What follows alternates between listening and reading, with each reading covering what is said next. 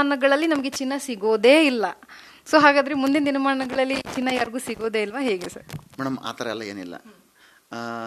ಈಗಿನ ಟೆಕ್ನಾಲಜಿಗೆ, ಈಗಿನ ಒಂದು AI ಯುಗದಲ್ಲಿ, ಯಾಕಂದ್ರೆ ನಮ್ಮ ಹತ್ರ ಯಾವ ಟೆಕ್ನಾಲಜಿ ಇಲ್ಲ ಅಂತ ಕೇಳ್ತೀರಾ ನೀವು? ಎಲ್ಲ ಟೆಕ್ನಾಲಜಿ ಇದೆ. ಭೂಮಿಯ 1000 ಅಡಿ ಕೆಳಗಡೆ ಏನಿದೆ ಅನ್ನೋದನ್ನು ಕಂಡುಹಿಡಿಯುವಂಥ ಟೆಕ್ನಾಲಜಿ ಇದೆ.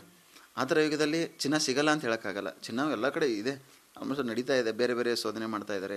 ನಮ್ಮ ಕರ್ನಾಟಕದಲ್ಲಿ 2-3 ಕಡೆ ಮೈನಿಂಗ್ ಇದೆ ಅಂತ ಪತ್ತೆನೂ ಆಗಿದೆ. ಅದ್ರ ಮೇಲೆ ಕೆಲಸನೂ ಮಾಡ್ತಾ ಇರ್ತಾರೆ ಅವರು. ಅದ್ರ ಹಿಂದೆ ಕೆಲಸ ಮಾಡೋ ದೊಡ್ಡದು ತಂಡನೇ ಕೆಲಸ ಮಾಡ್ತಾ ಇರುತ್ತೆ. ಬಟ್ ಇಲ್ಲಿ ಮೋದಿಜಿಯವರು ಹೇಳಿರೋದು ಒಂದೇ, ಆಮದು ಕಾಸ್ಟನ್ನು ನಾವು ಉಳಿಸ್ಬೇಕು. ಯಾವತ್ತು ನಾವೇನಾಗುತ್ತೆ, ನಾವು ಎಷ್ಟು ಜಾಸ್ತಿ ಚಿನ್ನನ ಬೇರೆ ವಸ್ತುನ ನಾವು ಬೇರೆ ದೇಶದಿಂದ ನಾವು ಆಮದು ಮಾಡ್ಕೊಳಕ್ಕೆ ಪ್ರಾರಂಭ ಮಾಡ್ತೀವಿ, ಆವತ್ತು ನಮ್ಮ ಇಂಡಿಯನ್ ರೂಪೀಸ್ ವ್ಯಾಲ್ಯೂ ಕಮ್ಮಿ ಆಗುತ್ತೆ, ಅವ್ರದ್ದು ವ್ಯಾಲ್ಯೂ ಜಾಸ್ತಿ ಆಗುತ್ತೆ.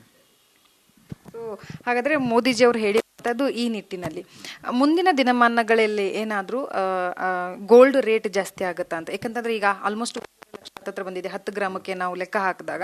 ಸೊ ಮುಂದಿನ ದಿನಮಾನಗಳಲ್ಲಿ ಇನ್ನೂ ಒಂದು ವರ್ಷ ಕಳೆದು ಹೋದರೆ 2.5 ಲಕ್ಷ 2 ಲಕ್ಷದವರೆಗೂ ಬರುತ್ತೆ ಅನ್ನುವಂಥ ಸಾಧ್ಯತೆ ಮಾತುಗಳಿದ್ದಾವೆ. ಬರುತ್ತಾ? ಕ್ವಶನ್ ಮಾರ್ಕ್ ಇದೆ ಮೇಡಮ್.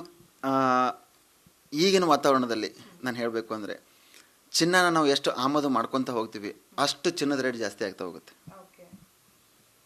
ಇನ್ನೂ ಜಾಸ್ತಿ ಆಗುತ್ತೆ, ಚಿನ್ನ ಜಾಸ್ತಿ ಆಗುತ್ತೆ. 1 ವರ್ಷ ಬಿಟ್ಟರೆ ಈಗ 1.5 ಲಕ್ಷ ಇದ್ದರೆ ಒಂದು 10,000 ಕಮ್ಮಿ ಆಗ್ಬೋದು. ಯಾವತ್ತೂ ಕೂಡ ಗೋಲ್ಡ್ ರೇಟ್ ಡಿಪ್ರಿಷಿಯೇಷನ್ ಅಷ್ಟೇ ಜಾಸ್ತಿ ಆಗುತ್ತೆ. ಕಮ್ಮಿ ಆದರೆ ಅಷ್ಟು ಆಗುತ್ತೆ ಅಷ್ಟೇ. ಜಾಸ್ತಿ ಆದರೆ ತುಂಬ ಜಾಸ್ತಿ ಆಗುತ್ತೆ, ಕಮ್ಮಿ ಆದರೆ ಅಷ್ಟು ಮಾತ್ರ ಕಮ್ಮಿ ಆಗುತ್ತೆ. ಒಂದು ಸಲ ಗೋಲ್ಡ್ ರೇಟ್ ಬಿದ್ದು ಅಂದರೆ ಇಡೀ ಎಂಟೈರ್ ಮಾರ್ಕೆಟೇ ಬಿದ್ದಂಗೆ.